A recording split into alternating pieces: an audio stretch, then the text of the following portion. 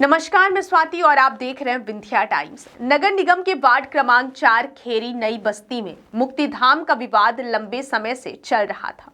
कई बार विवाद हुआ, यहां तक कि तत्कालीन कलेक्टर SN रूपला मौके पर पहुंचे थे और अंतिम संस्कार के लिए जमीन चिन्हित कराई थी, लेकिन भू माफियाओं ने शासकीय जमीन पर कब्जा कर लिया था। लंबे विवाद के बाद शुक्रवार को नगर निगम अमला मौके पर पहुंचा और खाली पड़ी जमीन पर लेआउट किया। प्रशासनिक अमले को देखकर स्थानीय लोग एकत्र हो गए और उन्होंने बताया कि कुछ भू माफियाओं के द्वारा शासकीय जमीन पर कब्जा कर लिया गया है।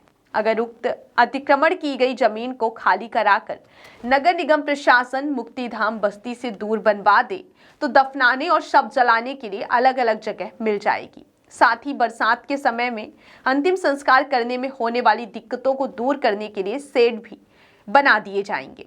स्थानीय लोगों ने मांग की है कि जिन अतिक्रमणकारियों के द्वारा जमीन पर कब्जा किया गया है उसको मुक्त कराया जाए।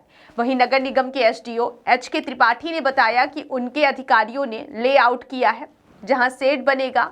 स्थानीय लोगों के द्वारा कुछ जमीन चिन्हित की गई है। उनके मालिकों को 2 दिन का समय दिया गया है कि अपने आधिपत्य के दस्तावेज प्रस्तुत करें, अन्यथा अतिक्रमण हटाकर मुक्तिधाम बनाया जाएगा। विनोद पटेल है और हम ये चाहते हैं खैरा नई बस्ती में मुक्तिधाम के लिए माननीय विधायक जी के द्वारा ये प्रस्तावित किया गया था। और यहाँ का जो भू माफिया है राजेश वकील, ये आता है रोक लगाता है और ये बनने के लिए रोकता है, तो ये भू माफिया को हटाया जाए यहाँ से। और रेलवे लाइन के उस पार भी ज़मीन है खैरा नई बस्ती में, वहाँ भी कब्जा किया हुआ है। ये शासन की जमीन है? हाँ, शासन की ज़मीन है। हाँ, नाला में रोड डाल देता है और ज़मीन भी बनता है। हाँ राजेश जी, अब बाकी ये रमेश बोलेंगे जो और भी बोलना है।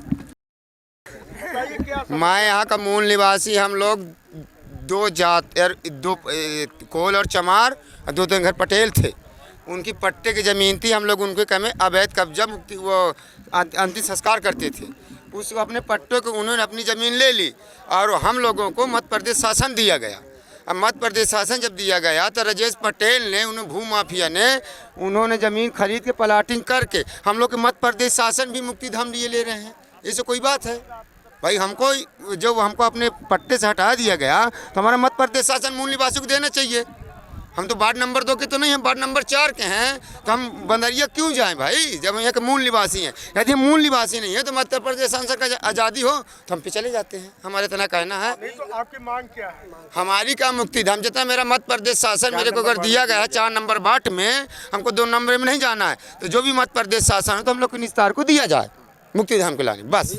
वही अधिकारी लोग आए हैं, निरीक्षण करके गए हैं जी, बोल रहे हैं कि हम दे रहे हैं, यहाँ बनवाएंगे। शासन की जितनी तो कुल हमको ज़मीन चाहिए जो मध्य प्रदेश शासन की हमको जो अलाउट कर गया था वो बहुजन वाले आदमी ने। अरे नहीं यार, हम जो हमको जो शासन दिया था हम उसी को झूठ बोलेंगे। इसमें बहुत ज़मीन है। अरे जमीन तो यहाँ के बहुत हाँ, अवैध कब्जा किए हैं।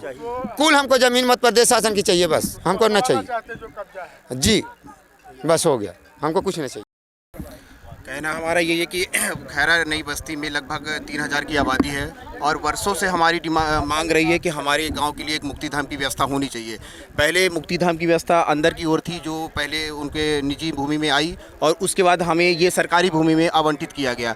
और हमारी जब सरकारी भूमि में नगर निगम के द्वारा टीन शेड और मुक्तिधाम के लिए व्यवस्था की गई है, उस पर भी भू माफियाओं के द्वारा विरोध किया जा रहा लगातार। तो उसी उपलक्ष्य में आज हम सभी को उपस्थित हुए थे। नगर निगम के कर्मचारी और संबंधित अधिकारी आए हुए हैं। उनसे हमारी ये मांग थी कि आप चिन्हित सर, ये आज यहाँ भीड़ लगी है क्या? ये वार्ड नंबर 4 खैरा नई बस्ती है, जो स्मशान के शेड बनाने के लिए था, क्रेमेटोरियम जिसको हम कहते हैं। क्योंकि लोग बाग यहाँ पे खुले में शवदाह करते हैं, उसका नगर निगम द्वारा टेंडर पारित करके लोगों की मांग पर उसका आज जो है कार्यादेश के तहत भूमि पूजन करना था। लेआउट किया गया। जो रिक्त जगह मुझे दिखी, हमारे यंत्रियों ने वहाँ लेआउट किया।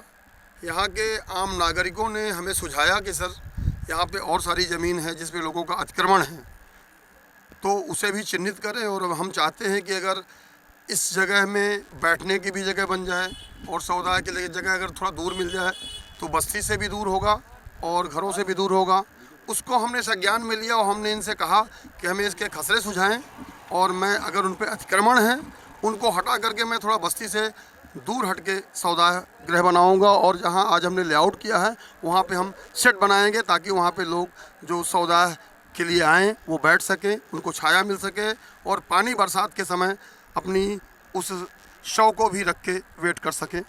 और इसके लिए हमने यहाँ पे निरीक्षण किया और हमने संबंधित एजेंसियों को कहा कि जिनके कब्जे हैं उनसे पेपर मांगे जाएं, और पेपर लेने के बाद उनका वास्तविक में आधिपत्य है तो जहाँ हमने लेआउट किया है वहाँ हम सौदागृह बनाएंगे।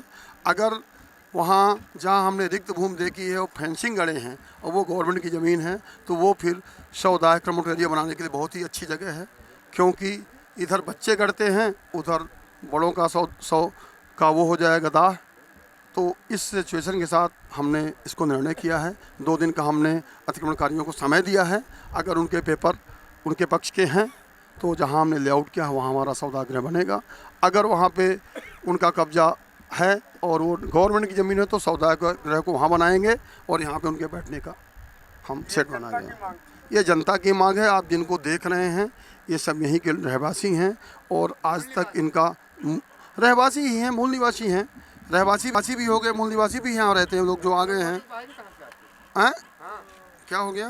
जब हम यहाँ के